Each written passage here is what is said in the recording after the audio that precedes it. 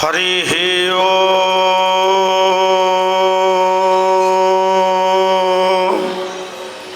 मंगल भवन अमंगल हारी द्रवौषध शरथ अजीर बिहारी श्री राम जय राम जय जय राम जय रघुनंदन जय घन श्याम।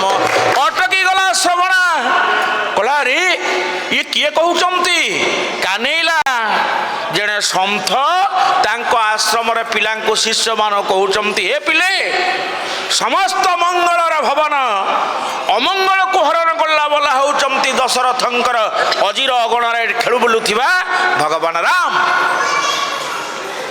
कला मु तो मंगुला कन्या मोर जीवन अमंगल कहीं आ मोर समस्त अमंगल को यदि राम भगवान मोचन करदेवे ताले एटा होची मोर जीवन जीविका जीवनचर्यार वास्तवाश्रम हेले मु तो छुआटा भितर गले बाबाजी गाधे लुचि रही सेवा कला शेषरे मतंग महामुनि श्रवणा को ही को पाखरे रखिले सबु शिष्य को विदा कर देथिले आ मतंग कहिथिले हे श्रवणा तू जीवन भरी रामायण सुनिलु हेले मु बंची थाउ थाउ राम को देखी पारे न पारे किंतु मु कथा दउची तू अपेक्षा करि था श्रवणा राम तो निकट को ही आसीबे।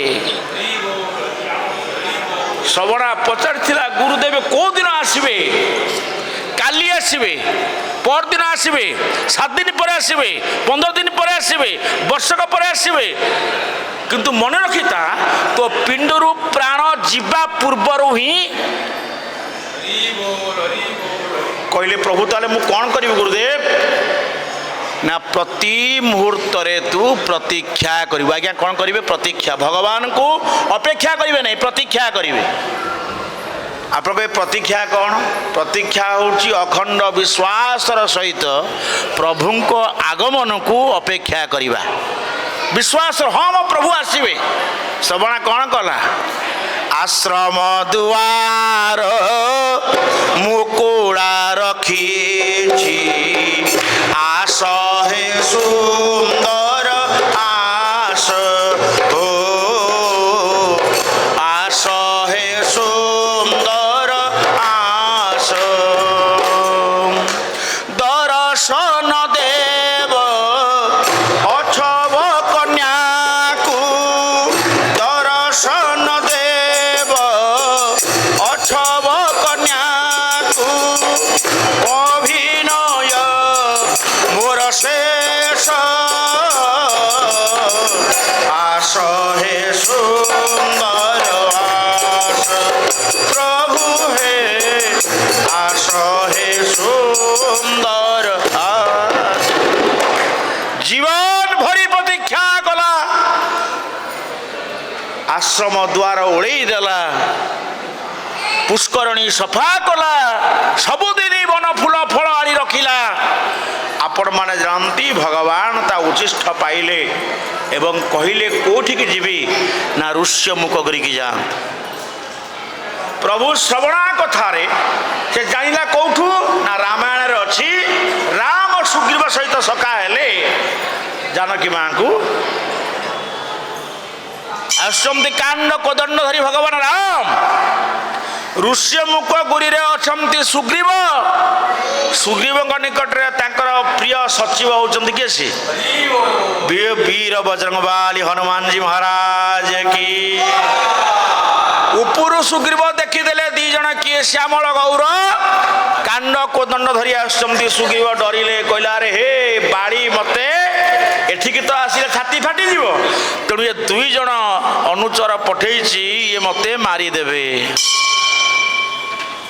सुग्रीव कौन कहले कहले हनुमंत बाबा कुआडे गले ठीक आस तमे टिके जाई तांकु टिके देखा करी आस सी किए तांकु पठेइची बास जीवन रे ସୁଗ୍ରୀବ ରାମ ଲକ୍ଷ୍ମଣଙ୍କୁ ଦେଖି ସାରିଲା ପରେ ତା ନିଜ ଅନ୍ତର ମନର ସନ୍ଦେହକୁ ମୋଚନ କରିବା ପାଇଁ ସିଏ ହନୁମାନଜୀଙ୍କୁ ପଠେଇଲେ, ହଁ ନା ନାହିଁ? ରାବଣ ସୁବଳୟାଗିରି ତଳେ ଏଇ ରାମ ଲକ୍ଷ୍ମଣଙ୍କୁ ଦେଖିବା ପାଇଁ ନିଜ ସ୍ୱାମୀ ସ୍ତ୍ରୀ ଆସିଲେ, ଦେଖିକି ଫେରିଗଲେ। ସିଏ କିନ୍ତୁ କାହାକୁ ପଠେଇଲା ନାହିଁ, ନିଜେ ଆସିଲା। କାହାକୁ ପଠେଇକି ବୁଝିଲା ନାହିଁ ତାଙ୍କର କ'ଣ ତଥ୍ୟ। ରାବଣର ଗୁରୁ ହେଉଛନ୍ତି ଶଙ୍କର ଭଗବାନ, ଆଉ ସୁଗ୍ରୀବ ଯାହାଙ୍କୁ ପଠେଇଲେ ହନୁମାନଜୀକୁ, ସିଏ କିଏ କି? ଶଙ୍କର ସୁବନ କେଶରୀ ନନ୍ଦନ ତେଜ ପ୍ରତାପ ମହାଜଗବନ୍ଦନ ଶ୍ରୀରାମ ଜୟ ରାମ ଜୟ ଜୟ ରାମ ଜୟ ରାମ ଜୟ ରାମ ଜୟ ଜୟ। ଅର୍ଥାତ୍ ସୁଗ୍ରୀବ ପଠଉଛନ୍ତି ଶଙ୍କର ଭଗବାନଙ୍କର ଏକାଦଶ ରୁଦ୍ର ଅବତାର ହନୁମାନଜୀଙ୍କୁ। ରାବଣ ଯଦି ତା ଗୁରୁଙ୍କୁ ପଚାରିଥାନ୍ତା, ହେ ଗୁରୁଦେବ, ଶିବ ତାଙ୍କ ଗୁରୁ, ଗୁରୁଦେବ କ'ଣ କରିବା, ମୁଁ ତ ଆପଣଙ୍କ ଶିଷ୍ୟ, ସେ ସୁବଳୟାଗିରି ତଳେ ଯେଉଁ ବସିଛନ୍ତି ସେ କିଏ? ଶିବ ହେଲେ କୃପା କରିଥାନ୍ତେ। କିନ୍ତୁ ରାବଣ ତା ଜୀବନରେ ଗୁରୁଙ୍କୁ ମାନିଲା ସତ, ତା ଜୀବନରେ ଗୁରୁଙ୍କୁ ମୁଣ୍ଡିଆ ମାରି ନାହିଁ, ମନେ ରଖିଥାନ୍ତେ।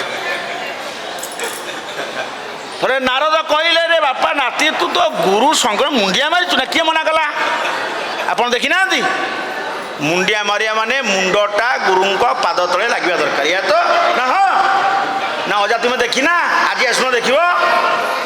ସିଧା କୈଳାସ ପର୍ବତ ନିକଟକୁ ଗଲା, କହିଲା ଖାଲି ଗୁରୁଙ୍କ ପାଦ କ'ଣ, ତା ଘର ଦ୍ୱାର ମୂଳଦୁଆ ସହିତ ମୁଣ୍ଡେଇବି। କୋଡ଼ିଆ ହାତରେ ଉଠେଇଲା, ମୁଣ୍ଡରେ ଲଗେଇଲା, କଚାଡ଼ି ଦେଲା। ଶଙ୍କର ଭଗବାନ ଧ୍ୟାନସ୍ଥ ଥିଲେ, ଚମକି ପଇଲେ, ରେ ଇଏ କ'ଣ ସବୁଦିନ ଏଇଆ କରେ।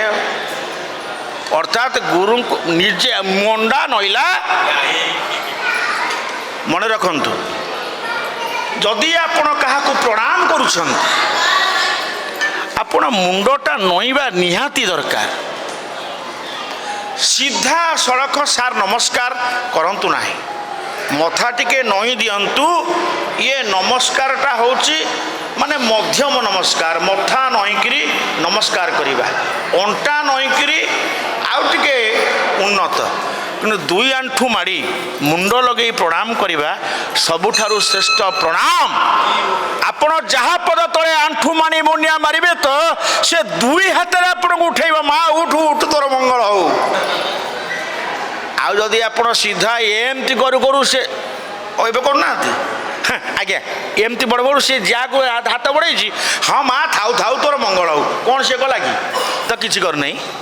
ସେ କହିଲେ ହାତଟା ବଢ଼େଇଲା, ପେଳିଦେବ କି ମାରିବ, କିଛି ସେ ସାମ୍ନାବାଲା ବୁଝି ନାହିଁ। ସିଏ ବୁଝିଗଲା ଏଇଟା ହେଉଛି ଯୁଗର ପ୍ରଣାମ। ସିଏ ସିଧା କଲା, ହଁ, ସିଏ ଆଉ ହାତ ଉଠେଇଲାନି, ହାତର ମଙ୍ଗଳ ହଉ, ଆଦୌ ମଙ୍ଗଳ ହେବ ନାହିଁ।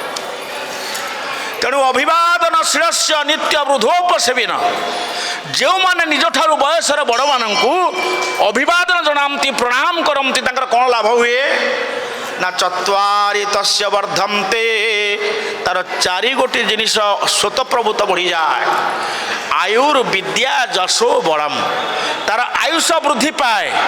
ଆୟୁଷ ମା ସଂସାରରେ କାହାର ବଢ଼େ ନା? ଯିଏ ଆଜି ଜନ୍ମ ହୋଇଛି କାଲିକି ଦିନେ ମଲା।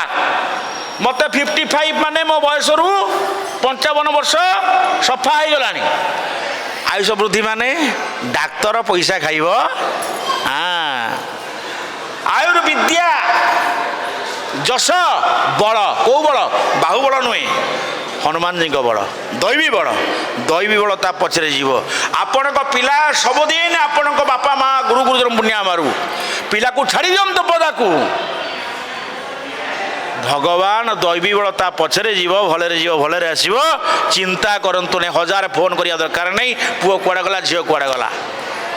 ଯେଉଁ ପୁଅ ଝିଅ ମା ବାପା ଗୁରୁଜନଙ୍କୁ ପ୍ରଣାମ କରି ଘରୁ ପଦାକୁ ଗୋଡ଼ କାଢ଼େ, ତା ପାଦରେ କଣ୍ଟା ଲାଗିବନି, ସେ ଫେରି ଆସିବ। ତା ପଛରେ ଆଶୀର୍ବାଦ ହିଁ କାମ କରେ। ବୋଲି ଆନନ୍ଦ କନ୍ଦ ଭଗବାନ କି। ହନୁମାନଜୀ କହିଲେ ଯାଉଛି। ହନୁମାନଜୀ ଚାଲିଲେ, କହିଲା ये तो पठे राजा मु डायरेक्ट एमती गले काले हुरुड़ी पड़े तेणु से रूप परिवर्तन करदे।